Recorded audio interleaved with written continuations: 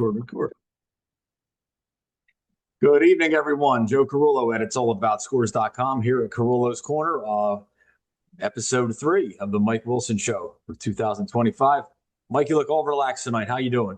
I'm doing pretty well, Joe. Thank you for having me again. Not a problem. It's my pleasure. I love the pillow in the background. Yeah, you like that? I know. I'm sorry. There you go. No. Keep it. I like it. It's good. You relax. This is a very Carollo's Corner is very informal here on the corner. We're here to have fun. Listen, rough one Friday night with Bridgeton.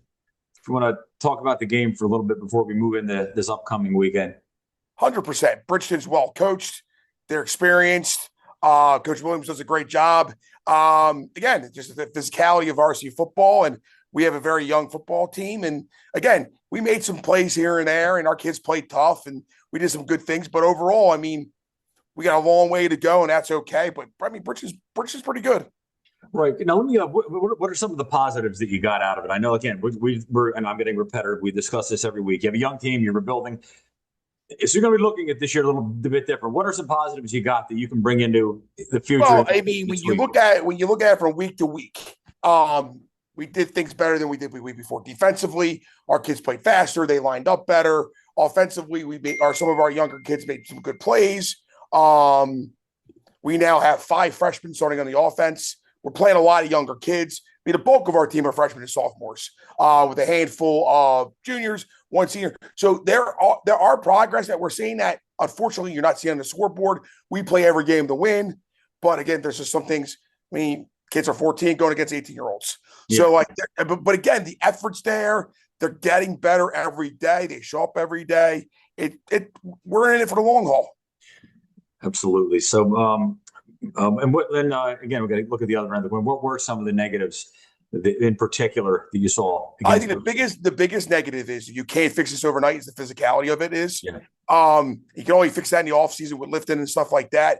I mean, Bridgeton was just a physical team, and Bridgeton's always been like that since I was in high school, coaching against them for years. They bring it, and our kids are not ready to play on that level just yet. And only time fixes that. You can't do that in 24 hours.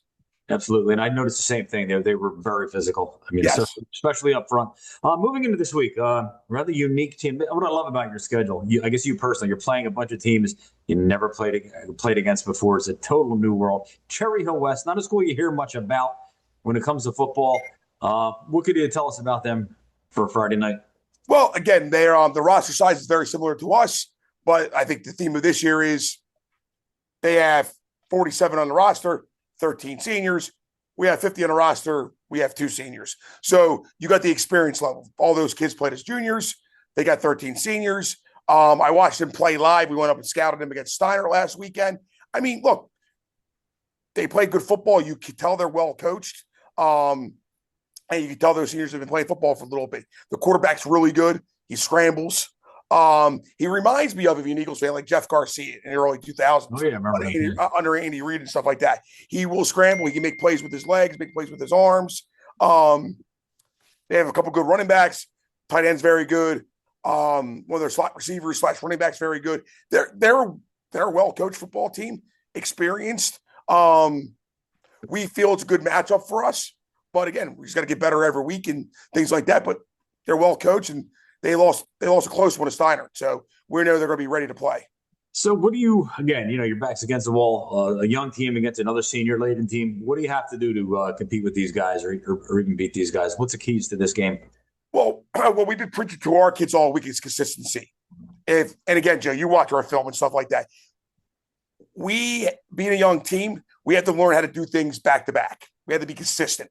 And we're not consistent. Like, we'll make a good play, then we go backwards. We make a good play, we have a penalty. Defense stops them, then we give up a 2nd and 20. So, we're not consistent right now, and that's typical of a young football team. And once we learn to become consistent, we're going to start stacking things up, moving the ball, saving points off the board, putting points in the end zone. It's not that we can't do it. We just can't do it consistently at the moment. Right. What do you? Any players that you're saying? You have 2 games in plus a couple scrimmages, and again, I know with the young team, you're looking toward the future. Who are some of the kids so far that are standing out that you can say, hey, this guy's going to be a player down the road? Well, one of our upperclassmen, junior defensive lineman and offensive lineman, Sam Hubbard, Sam individually had a very good game on defense. Like a huge bump from week 1 to week 2. Sam's one of the hardest workers in the weight room. Sam's one of our leaders. Kid's 6'2", 230. He has the measurables. He's learning to play the game. But he popped out. He had tackle for loss. He had a fumble recovery in the game. Made a lot of good stops at nose guard. Sam looks good. Junior safety, Jake Martell played very well. We have 2 very young corners. Sophomore Ashton Burgess did a very good job. We started a freshman Luke Gabriel at corner. He got baptized by fire, but he got better all game. Our sophomore linebackers, Mason Toll, Ryan Ligamari, Landon Schlegel, they played well. Offensively, our wingback played very, very well. Landon Schlegel also plays full-time D. He had some very nice runs, if you watched. Our quarterback throws a nice ball. We have some very young receivers. Freshman Robert Sine, sophomore Ashton, sophomore Griffin Botticello. I mean, like, we have some young kids that make plays. And again, we just got to string it together. Right. No, shifting gears a little bit, getting away from, you got, I guess we explained pretty much, what we could expect Friday night, what needs to be done to win. Yes. Heading into some other areas in South Jersey, we got some really big games coming up this week. This is it's called week 2. It's the third week of the season. Yeah, things are starting to take shape. If not, they're taking shape within the next week or so. Any games that have you, and first of all, let me rewind to last week. Anything last week that caught you by surprise or did not surprise you? No, not really. I mean, just follow the guys I used to coach with. Mainland got a bounce back win against Hamilton. Going to get that. I noticed Sony won a nail biter against Williamstown. I noticed that one. That's about it, honestly. Yeah, I mean, my opinion, I'll run some of this by you. Yeah. You had St. Joe, big win over Carver Township. I did see that. I'm sorry, yes. It's great for the Wildcats. You had, let me see, I'm just looking at some notes. Washington Township, from what I understand, they might be the team that beat Group 5. They trounced Pennsauken 41-0. Cedar Creek with a big bounce back win over Absegami. Looking at some other things here, Mike, if you'll just give me a minute. Well, here's the thing with Cedar Creek. I don't think people realize that they have not lost to Absegami or Oakcrest ever. No, they have not. They have not. And that trend seems like it's going to be sticking around for a bit, at least this year. One of the bigger games this past weekend, Millville and Atlantic City. Any thoughts on that one? To me, that was the most interesting game of the week, to me at least. Well, I mean, Atlantic City's obviously on the rise this year. Absolutely. Millville seems to be not down. I don't think that's a proper word. No. Probably play a lot of younger kids. And Millville's just going to get better as the year goes on. Yeah, it was interesting about that. I said, this is going to be one of those measuring stick games. I'm going to get to another one coming up. You had Atlantic City, who, upset Mainland. And, Millville lost to RV. And Millville might be the best 0-2 team in South Jersey right now. Correct. Millville was ahead. Atlantic City came back to beat them. Atlantic City proves, they're no fluke. They beat 2 good teams 2 weeks in a row. They've arrived, and we're going to be paying attention to them for the rest of the year. The most interesting one, Mainland, big bounce back win against Hamilton. Moving into this week, this is one of the games. This is Mainland Millville again. This is one of those games that's going to, I guess, determine which way the season's going to go for these teams. A loss isn't going to kill either one of them. However, this is such a must-win game. It's a crossroad, even though it's only week 2 or 3, whatever you want to call it. Whatever you want to call it. This is going to determine which direction either of these 2 teams are going into as the season goes on. Any thoughts on this game? It's going to be a big night at the Corral, which I want to get to. It's a big night at the Corral. They're renaming their stadium for Jack for Thomas's, from Charlie's and stuff like that. So there's going to be a lot of people there. I know they're honoring some of the past teams that night. I saw the 80 and 95 team. But again, they play in arguably the best division in West Jersey Football League. Yeah.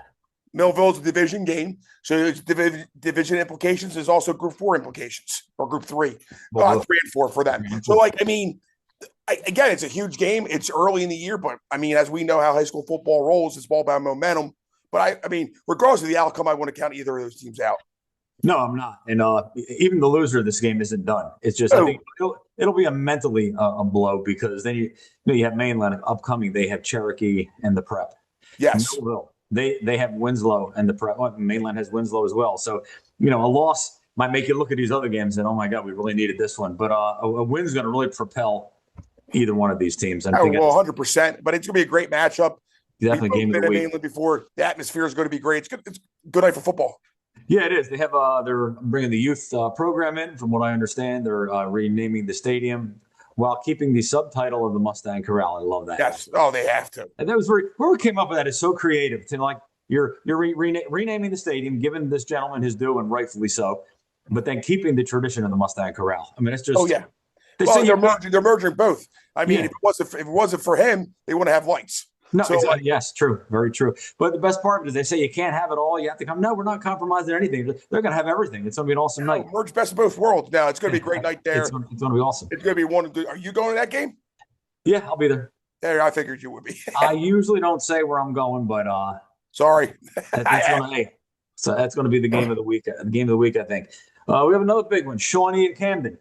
It's another game that could kind of put either team in a different direction. I know, Shawnee already has one loss, so a loss there hurts a little more. Camden is 2-0 with winning a nail biter over Kingsway.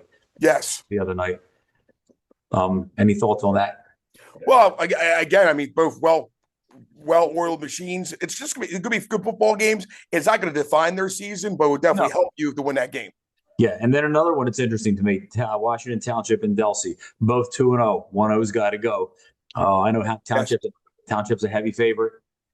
I know this is supposed to be quote unquote a down year for Delsey, but I don't think Delsey ever has a down year. I don't think so either. No, so this is another good one. Their neighbors are right down Fries Mills Road. Probably expect to have a really good crowd at that game. West Deptford and Collingswood, two of our friends battling. Yes. Come on, man, you got to give me some opinion on that. I don't know. Two guys who work very closely together and in the coaches association battle the beach and stuff like that. I mean, hey, West Deptford's rolling right now. Collingswood's rolling right now. So you got two teams at a height. It's going to be a great game. Yeah. They play that tomorrow night too, I think. Yeah, that's a Thursday game. I forgot about that. That's a Thursday game.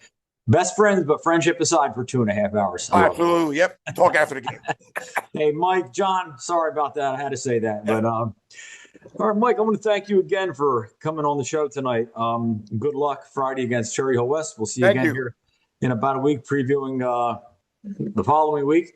Again, this is Joe Carullo on Carullo's Corner at it'sallaboutScores.com and at it'sallaboutsports.com. Mike, thanks again for coming on the show. Good luck Friday night. We'll see you next week. Thanks, Joe. Appreciate it.